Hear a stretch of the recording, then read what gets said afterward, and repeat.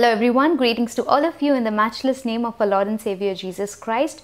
I am Dr. Shaini Joseph and I warmly welcome you all to another episode of The Life of a Doctor in the Hands of God. If you are a newcomer and if you do like my content, please do consider subscribing and click the notification bell for further videos that would come. In this episode, I'll be talking about two incidents that took place in my life that has changed my perspective of looking at my patients.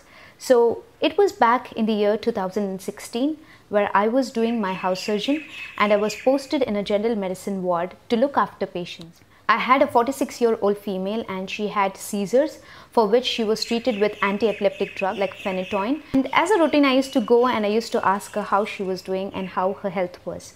She was admitted for about 6 days in our ward, and on the third day, I observed that there were some injuries over her head and her forearm.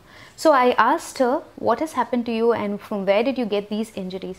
So she told me a story that she fell down on stairs and that is the reason why she got these injuries. So I thought maybe it was true and I did not care about it much. And then later on, she got discharged and she came after a week for her first follow-up. So she asked me, ma'am, can you spare 2 minutes? I just want to speak with you. I said, yes, sure. Please do speak with me and tell me how you are doing and how is your life now. She told me that, ma'am, the injuries that I had while I was admitted was not because of my fall, but it was because of my husband. And I was so surprised. I asked her, why did you not tell me then? She said, being a woman, I'm always oppressed and I'm not even in a position to speak up to myself or even resist the violence that is happening to me. And I was in a hospital, and why would anybody care for the injuries that I've had?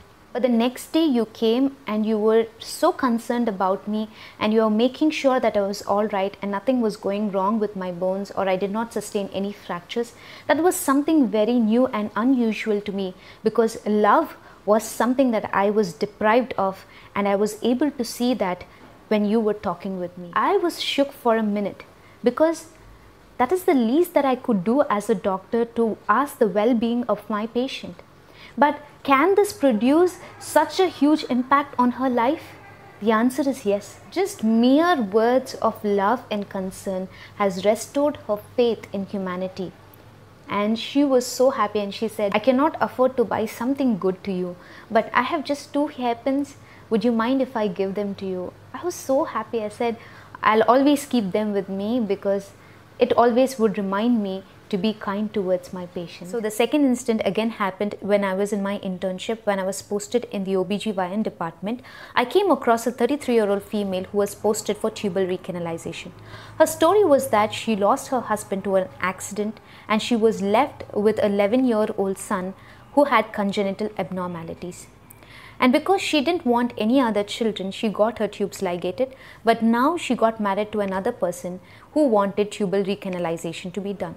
So she was posted for tubal recanalization, and unfortunately, because of her poor nutrition and immune status, she suffered secondary infections. And it was my job to take care of her. I used to clean her wounds, I used to dress her wounds. She became so attached to me that she wouldn't let anybody do that except for me. She was so comfortable. And one day, I saw this patient missing. I was so confused, I didn't know. I asked the sisters in charge. They told me that she left against medical advice. And then it happened so that I met her almost 2 weeks later. And I was so happy to see her. I asked her, how are you doing and how is your health? And why is that you left all of a sudden from the hospital? Then she told me, ma'am, I lost my 11-year-old son to pesticide poisoning. The moment she told me this, I couldn't imagine the pain and agony she must have been going through, because I was associated with this patient and because I know how much she loved her son.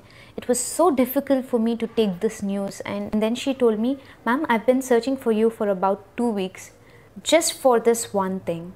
I wanted to thank you. Thank you so much, ma'am, she said. Not my husband, not my parents, not my in-laws. It was only you who was worried about my health. And I'm so glad that you are a doctor. That is when I realized that everybody is in need of care and compassion. Because sometimes the medicine that they require is not in the form of tablets or injections or not even surgeries. The medicine that they require is in the form of words, is in the form of compassion and kindness. Jesus Christ, He has set a great example for us. I remember the story where a woman who was caught in adultery was brought to Jesus Christ, and everybody around her was seeking to kill her and stone her to death. But then she meets Jesus Christ. The kindness and compassion and the forgiveness of his heart started to change the life of a woman who was condemned to death.